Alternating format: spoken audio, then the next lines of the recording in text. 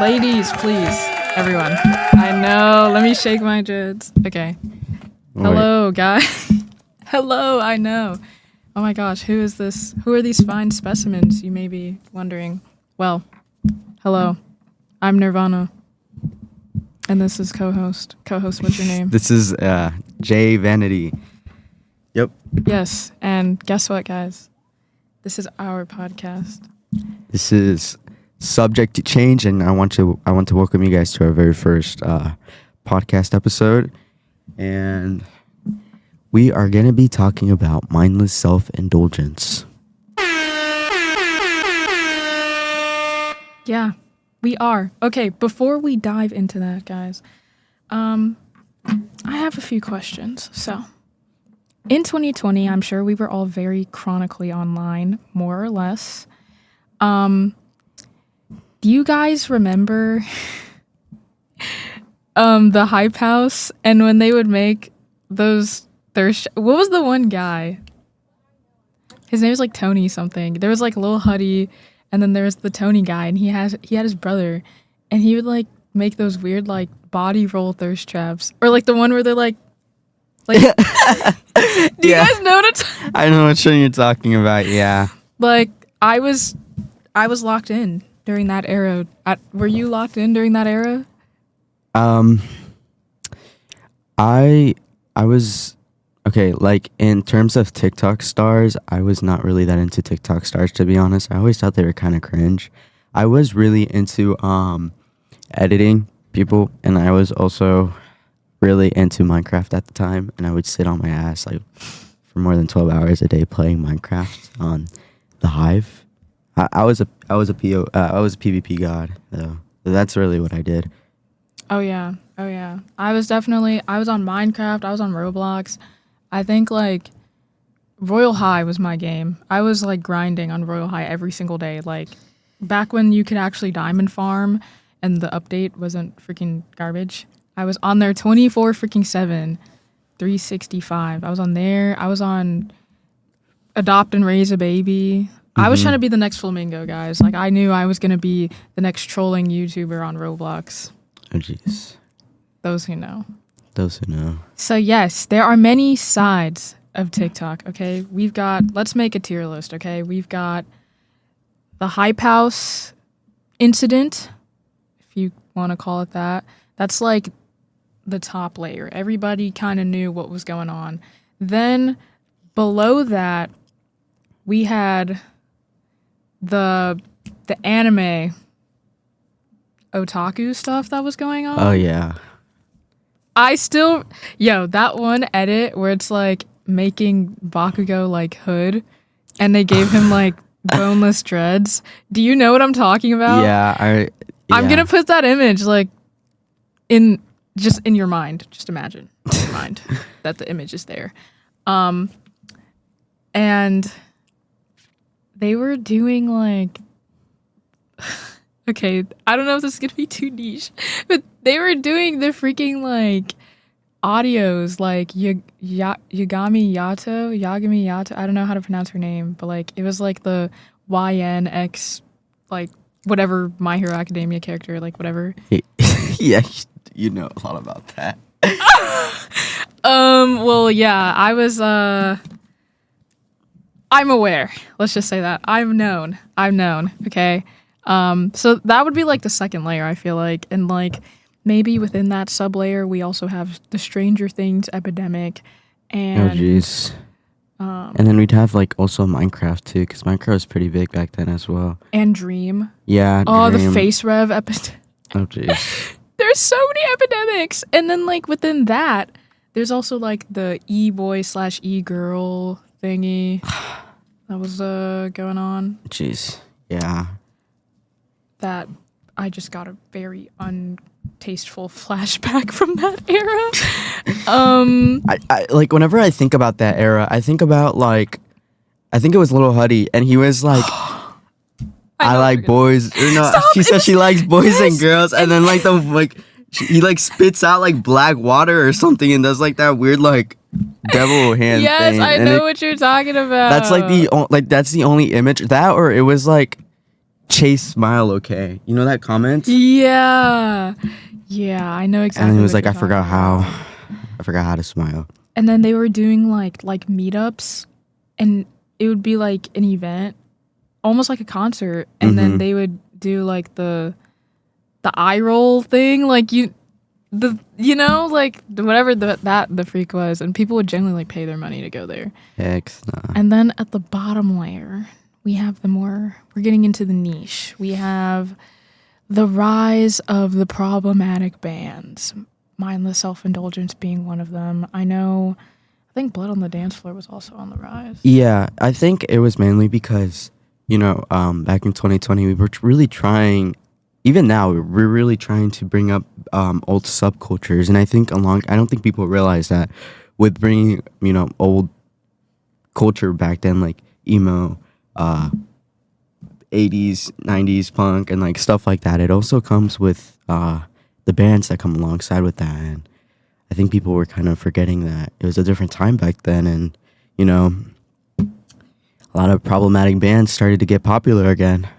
Yes, and I do remember the main song that was blowing up was "Shut Me Up" by MSI, and there was even a little dance to it.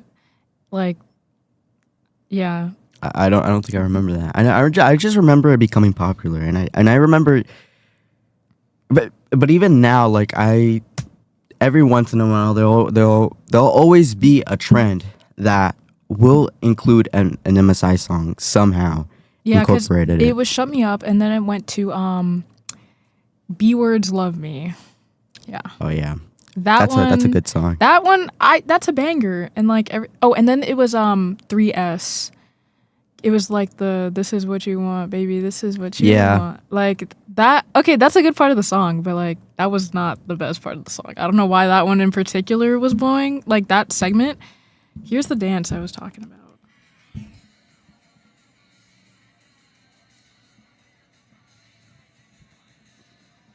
Yeah. Interesting. I'm not gonna play the song because I don't know if it's gonna get copyrighted, but yeah, I'll put we'll sing it in the. No, I don't. I think that's fine actually. But yeah, so. But as we are gonna go more deeper into this, some topics that we will be talking about are quite sensitive to certain viewers. It's gonna involve stuff like sexual assault, battery, vulgar language, and so viewers is described. Describe. If describe viewer discretion advised. Viewer discretion is advised, and just in case if we do play any music, we don't own any rights to any music played or mentioned. Rights of ownerships are to all the artists, MSI or whoever we're going to be talking about. Yes, indeed. Guys, we have a dickle load of notes. Yeah. Lots of notes on MSI. We already have previous knowledge due to us being involved in the scene. Mm-hmm. But if you know MSI, you know that there was always some sort of controversy floating around them, as with many bands within the scene. But MSI was one of the more problematic ones. Yeah. I think really to understand MSI, you kind of do also have to understand that they didn't really belong to like one scene, I guess, or like one genre. For some backstory, MSI was formed in the big city of New York back during the late of the 1990s. During this time, alternative music was pretty segmented. It was starting to get up to the rise. You know what I mean? And if you could think of MSI, like what genre they'd fit into, I feel like they check every single box, to be honest. And yeah, I think that's also what kind of made them so interesting and kind of set them apart from everybody else, because I feel like anybody from any genre, if you really liked how the rhythm and everything sounded, you'd like it, Watches. Yes. They were created in the big NYC. I And the reason why I mentioned that is because I feel like a lot of bands in the scene were like, NYC was like the spot. Like, I don't know what it is.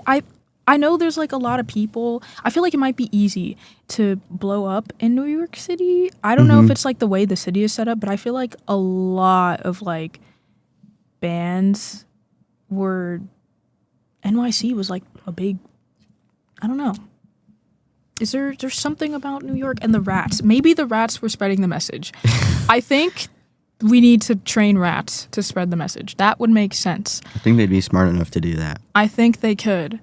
And also, okay, like Jay was saying, yeah, they were pretty niche, pretty unique for their time. I would say even maybe ahead of their time a little bit. I feel like it wasn't that understood. Like, it was, imagine I liken it to this. Imagine you're a Victorian child and this is like early England and you're just hearing classical music 24/7. That's literally the only thing that like England has to offer. And then all of a sudden you hear Shut Me Up by MSI playing. Like, wouldn't you be hyped? You'd be like, wait, I think you'd probably have like an aneurysm if you were a Victorian child, but like you would be like, whoa, what is this? So yeah, if you were a Victorian child, you would probably die. But that was basically what it was like hearing MSI drop for the first time. Their first track was actually a cover. It was Method Man's, what the freak was it called? Bring the Pain. It's called Bring the Pain. And I actually did not know that it was a cover until we did research for this video. I genuinely only knew of the MSI version, and I really like it. It sounds like, I don't know, it's not just one sound. It's like they combine like a million different rhythms and everything into one, and it actually like mellowed out pretty nicely. And if you have not heard either of the versions, I recommend stop the video right now and go listen to MSI's first and then listen to Method Man's and then form a conclusion, okay? Because after I listened to Method Man's, I was like, well, not gonna lie, this is not a banger. Like, can't lie. Like, I don't know if my view would have changed if I had already knew his version prior, but I don't know. MSI's is just so like, it's like taking an edible for the first time or something. Like, I wouldn't know, but I'm assuming like if I were to do that, I feel like it would feel like that song because it's overstimulating in a good way. Like, there's so much things going on. Yeah, and even just, their music, outside of it, that wasn't even the only thing about them that was really overstimulating. I just remember looking at old footage of their concerts, and it was just high energy. It was crazy. And, there was a lot of people there. Like, I think there was at least like 100 to 200 people always crowded in such a small venue because they'd always sell out. Like, I think this was still even when they were still like rising popularity. And again, they became popular like incredibly quick. Again, just because, they were really unique for the time and stuff. But, with all of this, their like unpredictability from their concerts. Like, I remember I saw this one clip of, it was the band member or the band leader, Jimmy Urine. He had a sign up, and on the sign it said, kisses for $1. And people were giving him kisses. Like, they legitimately gave him $1 for a kiss. And I just remember in the clip, at least like 30 people, more than 30 people kissed this guy. I remember looking at the comments and just seeing somebody was saying that he definitely contracted mana and gave it to like the whole crowd. Literally. And I was talking to Nirvana the other day about this, and it just kind of like came out of my like the back of my head, and I just remember I told told her I was like, you know what? I feel like if I was a teenager back then, I think I would have done it. I think I would have done it for the lore. For the plot, if you For the will. plot, yeah. I think it'd be.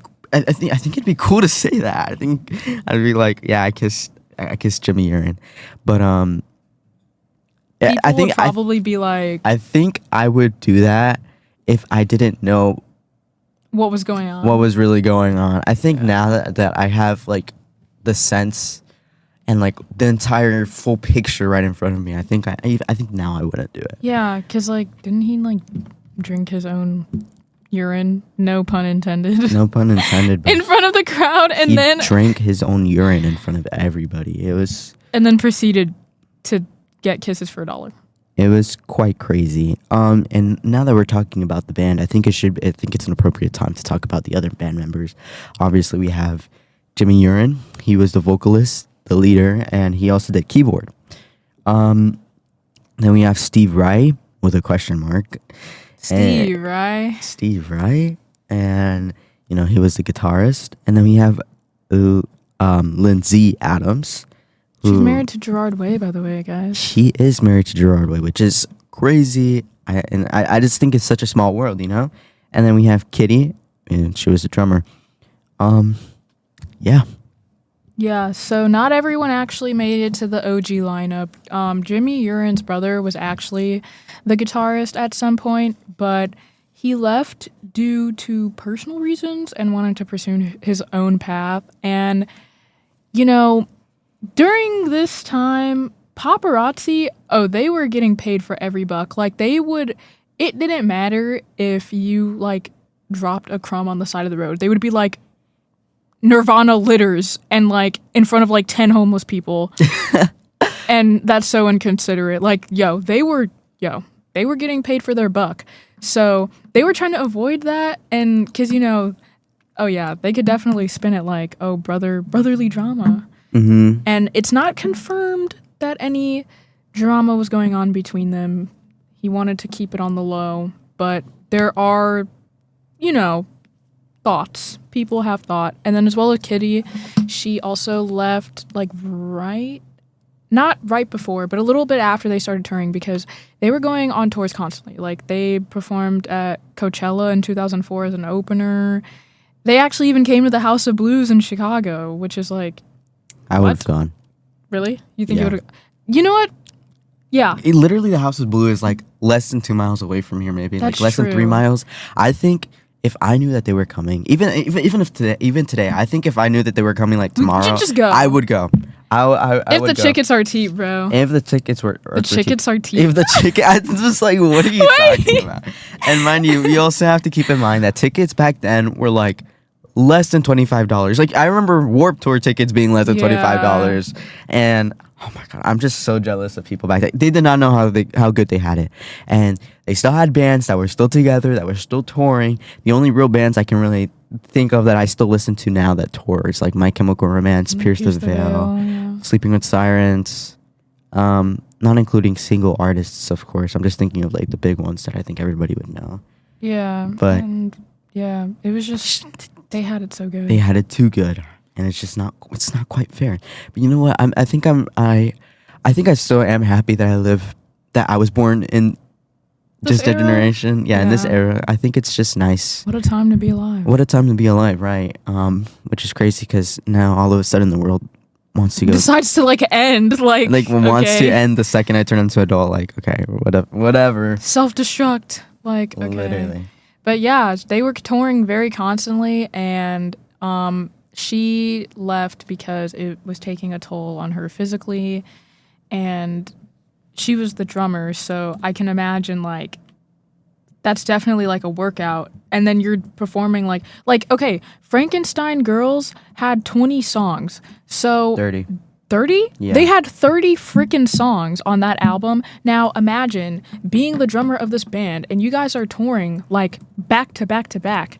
And you're playing over 30 songs. I can understand why she left actually. I didn't even think about that. I used to play in a concert band back in high school, and I just remember my freaking arms would cuz I played the viola, and I just remember my freaking arms would just give out after like 5 songs. So I can't imagine a drummer where you have to use both your arms and your leg. One of your legs, I think. I don't know. I'm not a drummer, but it just seems like such a high energy workout. I don't think I could do it. But on the topic of Frankenstein Girls, it actually was one of the albums that kind of built their, little niche fan base. And again, if you guys have the time, I think you guys should listen to it. Because what you'll realize is that none of the songs sounded the same. Like, beside, like, there being 30 songs. No two songs sounded the same. Like, yeah. when I first... Okay, I have the tism, guys. And I like songs, okay? And then I'll be like, I want a song that sounds just like this one, but not like this one, but has the same vibe as this one. And it would always irritate me trying to find songs that match the other song that I liked. But with MSI, I never had that problem because it had the same vibe, but it wasn't exactly the same. Yeah. And I remember, like, playing them on shuffle, and I was like, whoa, banger, banger, banger, banger, like, son. Yeah, and I think something about, MSI is the way that they also do their lyrics. Yeah. Whenever I would listen to their song, or, like, any music, honestly, I would listen to, like, I'm when it comes to me listening to music, I love looking at the lyrics. I love looking behind, like, the meaning behind them and, like, why are they using, like, these certain words. But I think my also main issue, and it's just kind of how my brain works, is I tend to fill out the blank before they say it. And that also kind of ruins music for me, because then I'm like, oh, they should have said this instead of this because it just sounds better and it makes more sense. But with MSI, I feel like their lyrics were so, like, vulgar and just unpredictable, to the point where I genuinely think that, like, I can't think of something else that would sound better. You know what I mean? And that's just kind of one of the reasons why I think their music is so unique. It's because it kind of tickles my brain just right compared to other, music. Yeah, I would definitely agree with that. It was just something different.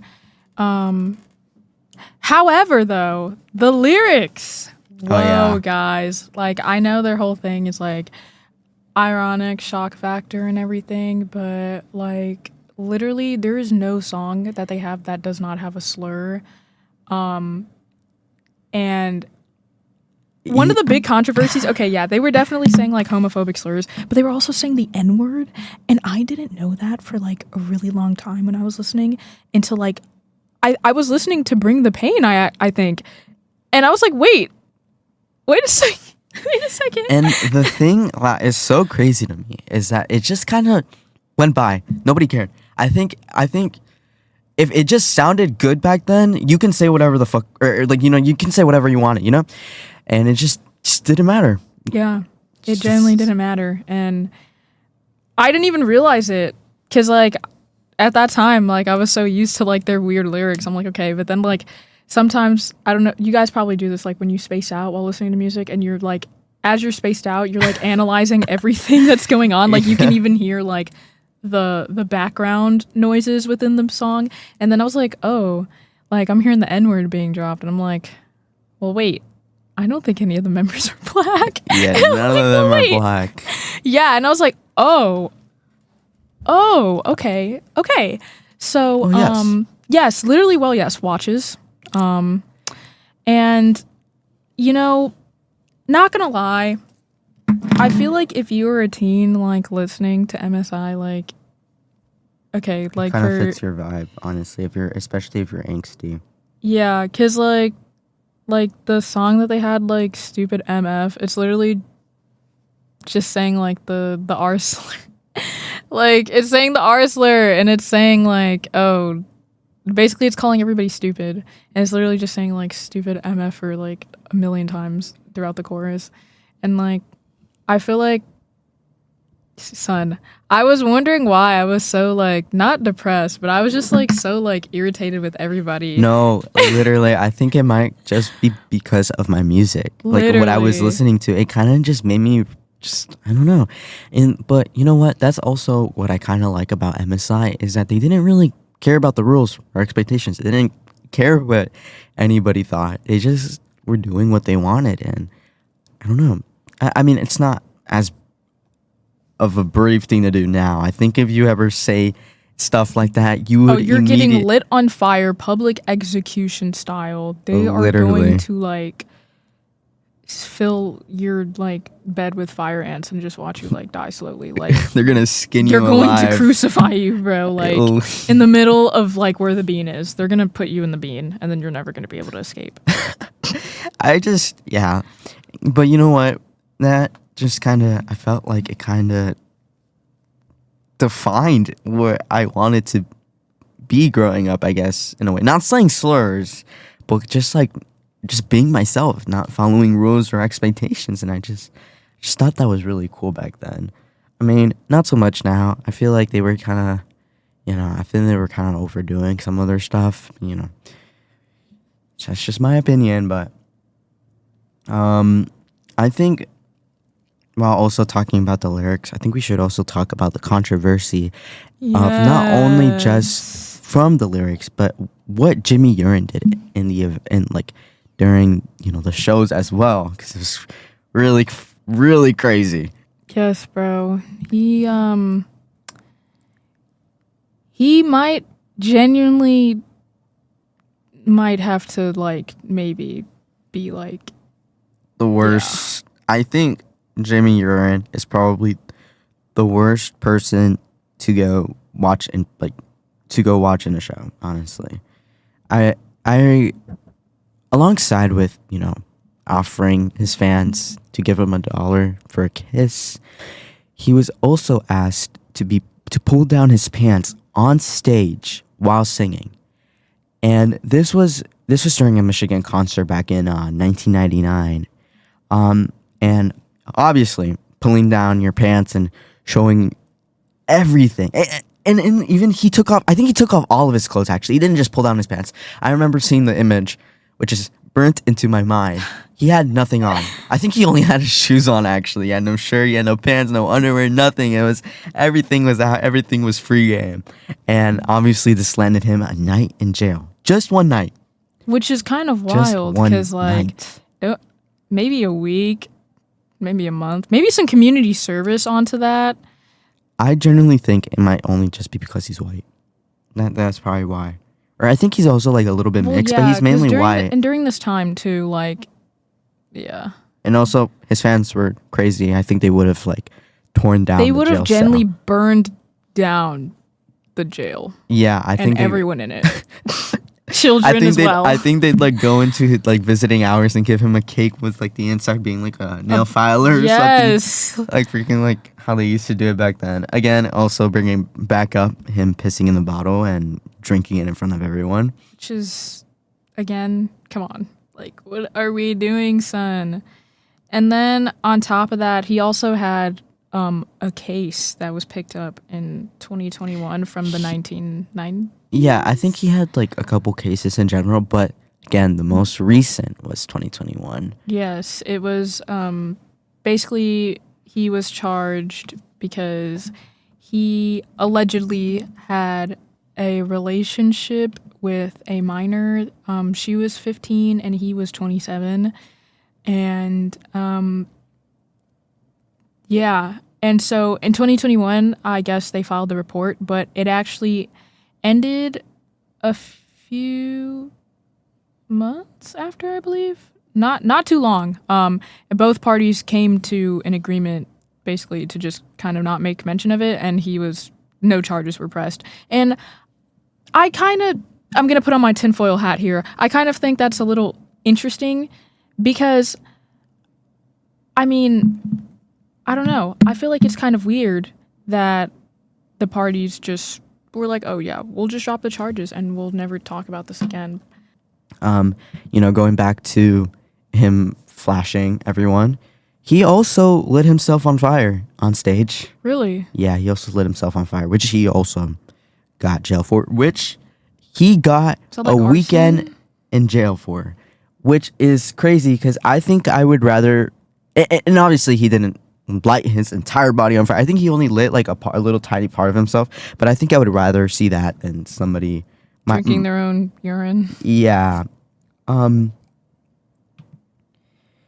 It's just, and you know, people still paid to go to his concerts knowing all of this. And I think this brings up our next point, which is the fan base is crazy. Then and now, they're just crazy. They supported him through every single little thing that he did. If you like brought up any controversies back then, they would support it. Like they would defend it with every single excuse that they could think of. And you know, with their lyrics being so vulgar and, you know, provocative, they were constantly accused of insensitivity and like sexism, which they defended by, you know, saying it's just satire. But yeah. And I'm gonna admit it now. I'm a part of the emo scene and stuff. I have been for the longest time, especially online. And you know, I had a lot of friends that liked MSI. I think I think 90% of my friends actually liked MSI. And again, we were like 14, 15, so our brains weren't fully developed yet, but I think our brains were developed enough to know that what he did was not okay. And you know, I still was friends with people that would defend him through thick and thin. They would defend him no matter what. And it just kind of reminds me of a cult now. Like all of my friends would like constantly be posting him on Twitter. They would have profile pictures of him on Twitter. And I remember I was actually on Twitter the other day for the first time in super long, and I still have the same account that I've had since forever. And one of my online friends that I still talk to now every once in a while. Again, he doesn't, I don't think he supports MSI anymore. I don't even think he listens to them anymore.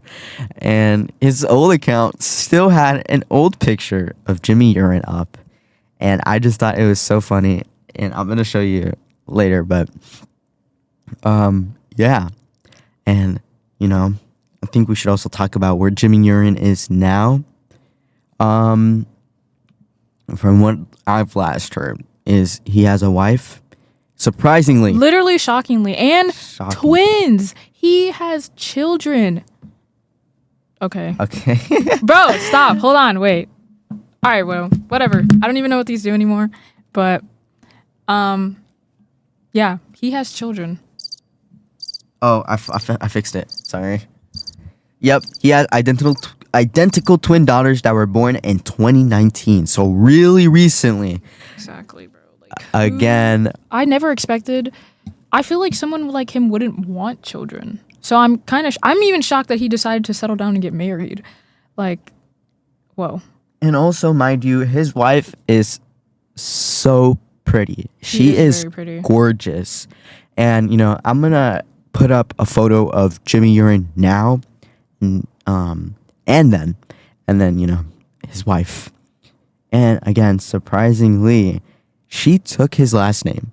I don't think I would want to have the last name of somebody who I've known did everything and is accused of. Yeah, and like you have to be a really strong person to like, you know, just kind of put that aside. I feel like that takes a lot of like integrity on a very like impressive level. Very impressive level. Yeah, and you know, surprisingly, he's still active to this day. He's still he did release a solo album under his last name, Uringer, back in 2018. And surprisingly, this album had features from people like Gerardway and his wife, which, I don't know, it's just crazy. And he also, you know, he played Ravager. He played a Ravager named Hafna in 2017 at a Marvel film for Guardians of the Galaxy Volume 2. So I'm telling you, this guy is everywhere. Literally. He is everywhere. He's been doing his own little side quests. Literally, I think he's an industry plant in some way, bro. Oh my Because there's just no way. Guys, do you think Jimmy Urine is a worse industry plant or Ice Spice? Let me know. I would say I think it's Ice Spice. She just kind of appeared out of nowhere. This is true. I mean, if you think about it, both of their music is like, what the freak are the lyrics? But MSI, like, I don't know, it just... I think MSI was a little bit more crazy because freaking Ice Spice, all she talks about is like poop or something. MSI talked about everything under the sun. Everything under the sun, every single type of ism. It was just quite crazy. And just to finish off, I think we should talk about, our personal opinions about this guy and just the band in general. And again, like I stated before, I had friends who used to listen to him back then. I had friends that would support him no matter what. And, I was stupid, and I think it was just my environment. And I listened to his music I listened to MSI. I used to listen to MSI, and it was just, I don't know. I think I just didn't really care back then. But, now that I'm 18, an adult, and have enough information to say that I don't really like this guy. I think nobody should like this guy. I don't support any sort of excuses that's thrown out there. Even if everything is alleged, I just, to begin that he got accused of this stuff with there being enough proof out there, it was just kind of crazy. But I do still think that MSI's music is good. I think that they did such an amazing job, and I think that they opened the door for a lot of bands, and I think they opened the door for new genres, and I just think them, going outside of the box and kind of rebelling in a way was just brilliant. And even though I think it should have been another more unproblematic band that should have done that. I mean, you can't quite change history. And yeah, what do you think about MSI now? I mean, I know that they went on their hiatus around 2014, and they dropped something around 2020. Yeah, that's what I was talking about. Oh, and no. Yeah, they dropped their B-sides, and they kind of dipped after that. And I did listen to them, and I mean, like, it's good, but I feel like they're old. I really like their style of music. Lyrics are questionable. A lot of stuff is questionable about them, but I feel like the general style of the music and everything, like, I do like the concept. Mm-hmm. So every now and then I'll play one of their songs. I don't listen to them too much because I definitely feel like their music did affect like my attitude towards like others and everything. And so I think in general, it just I think I also just kind of outgrew it. Yeah. Like I don't know. I didn't feel angsty anymore. I didn't feel like I wanted to rebel. My life is worth living. Yeah. Exactly. Yeah, it was just, I don't know, I feel like it was a phase. It was quite a phase, and I think, everything should just be taken with a grain of salt, because if you really think about it, it's all subject to change anyway, guys. Yes, it's all subject to change, and I think that is where we're going to end our very first episode. Thank you guys for watching, or tuning in, whatever, and so long and good night.